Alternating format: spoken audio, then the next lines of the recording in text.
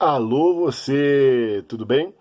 Agora que o Fernando Vanucci faleceu, né? Todo mundo sabe de onde vem esse bordão, né? Que a gente homenageia a ele agora em todas as vezes que vocês virem aqui os nossos vídeos.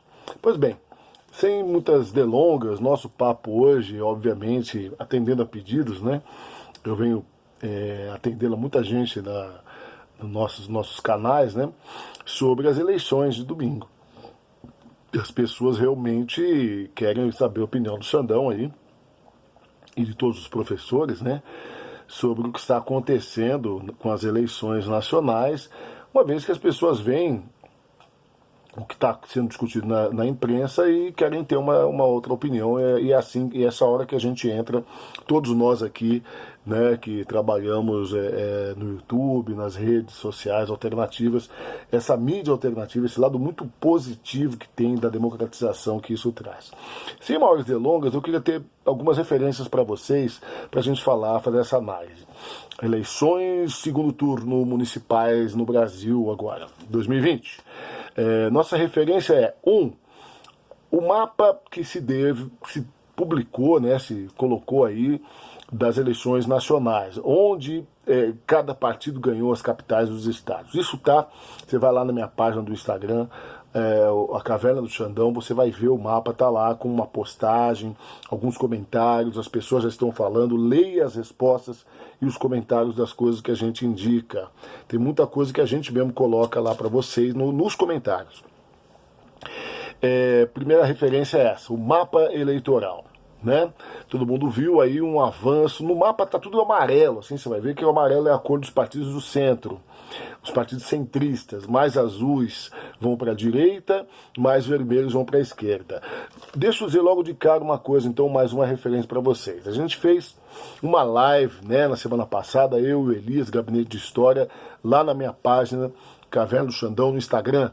E você vai ver lá a gente falando das origens da direita. Então, para você entender de onde vem origens, de onde vem a direita. A direita, né, clássica. E hoje a gente tem uma mudança. Eu cito lá a nova direita. E a gente pode falar de centro-direita, direita, onde entra essa nova direita, e uma extrema-direita que vai daí para lá, para outras coisas. Fora do Brasil, extrema-direita diz respeito à xenofobia, grupos nativistas muito radicais que chegam ao racismo, neofascistas, neonazistas, white power, supremacia branca nos Estados Unidos, por exemplo, coisas assim, tá?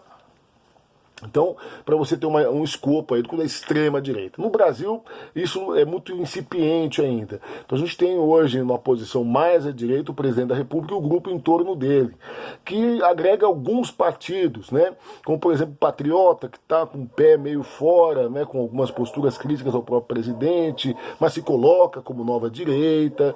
Você tem aí outros partidos antigos, como Avante, né? Podemos, que são partidos pequenos, que se colocaram como partidos mais de centro-direita para direita, né? E existe isso sim, tá? Centro-direita para direita, centro-esquerda para esquerda, o centro que oscila. Você vai ver no mapa, por exemplo, que PSDB, PSD, que é do Kassab, o famoso partido do Kassab, que dizia que não era nada, mas é centro, né? O DEM estão colocados, e o MDB, que é o antigo PMDB, estão colocados como centro, porque são. Tem gente mais à direita, tem gente mais à esquerda, é centro. A somatória que a gente tem lá. O DEM está azul claro, né? Azul bebê ali, azul calcinha, como dizem alguns, e ele é realmente um partido de direita, mas de centro-direita. Então, e hoje muito mais no centro do que na direita.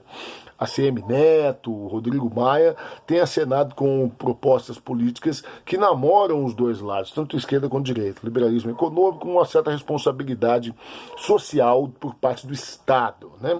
Isso fora do Brasil pode ser chamado de social-liberalismo, liberalismo social, muitos partidos colocam isso. A gente tem um partido chamado PSL, né, que é o antigo partido do presidente, que é uma certa forma a base do governo, né? Que está bem à direita, então não deveria chamar PSL se fosse pela fidelidade da posição. Então, direita e esquerda tem a ver com a posição que você está no escopo político, tem a ver com as propostas que você defende, que você vota na hora de votar. Tudo isso somado vai dar um desenho. Não é tão fácil como dizem as redes sociais por aí, postagem de Facebook ou outros vídeos aí. É que a gente tenta fazer vídeos complexizando, provocando você a tentar estudar e vir perguntar pra gente. Coloque aqui as suas perguntas, suas dúvidas. Outra referência, veja nossos 2 vídeos que nós fizemos em novembro sobre as eleições, o que nós falávamos sobre isso, os rumos da direita na derrota do Trump, que a gente já cantou a derrota em 7 de novembro, tá? Então vai fazer um mês nós já falamos isso, né? Apesar de muita gente falar, não, ainda não derrotou, ainda não perdeu, tá recorrendo, chorou-se muito, mas o leite derramou, não teve jeito, né?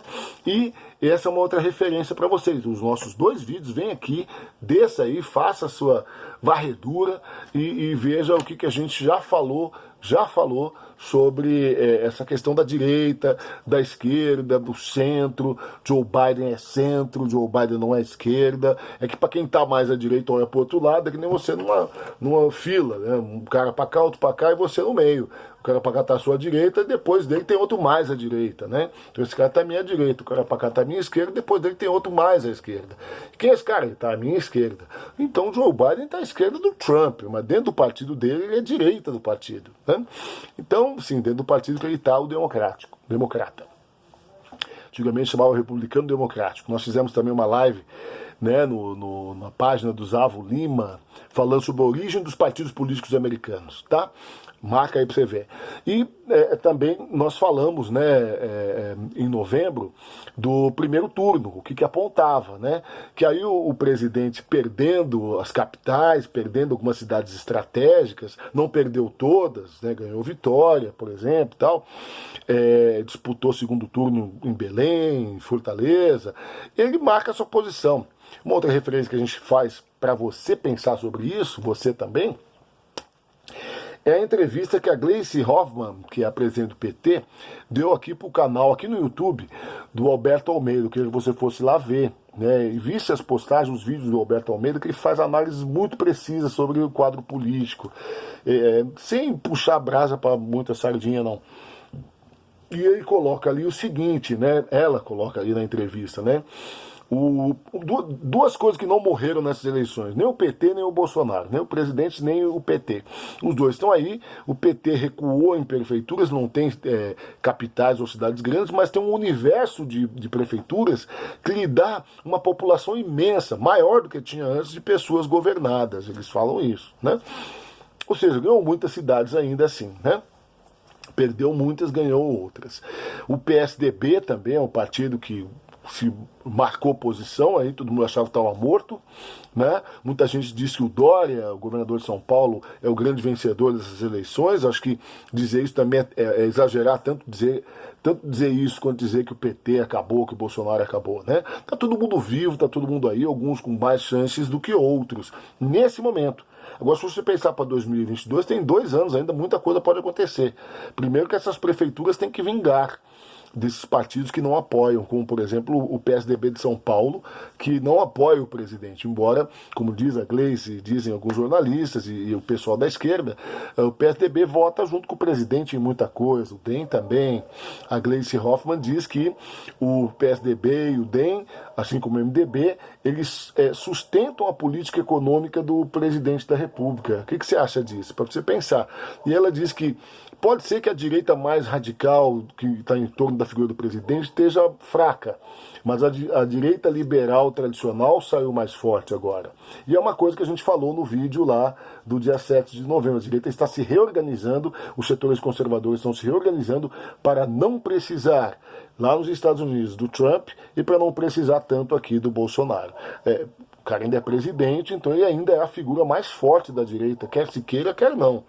Isso é um abacaxi para as direitas pensarem, porque é um presidente que está dando muita bola fora, né? Ele se sustenta só com auxílio emergencial, algumas políticas populistas, né? Que sempre funcionaram na mão, até de esquerda também, e sempre foram objeto de crítica justamente de quem votou nele, né?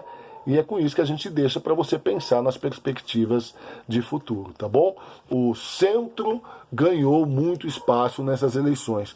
Tente entender o que é, de fato, o centro na política. Veja as nossas lives, veja os nossos vídeos, monte o seu entendimento, vá lá no Instagram, Caverna do Xandão, e veja a nossa postagem de hoje com o mapa e algumas explicações. Vem comigo, coloque aqui suas dúvidas, que eu respondo uma a uma. Vocês podem ver que os vídeos passados isso já aconteceu. Saia da caverna.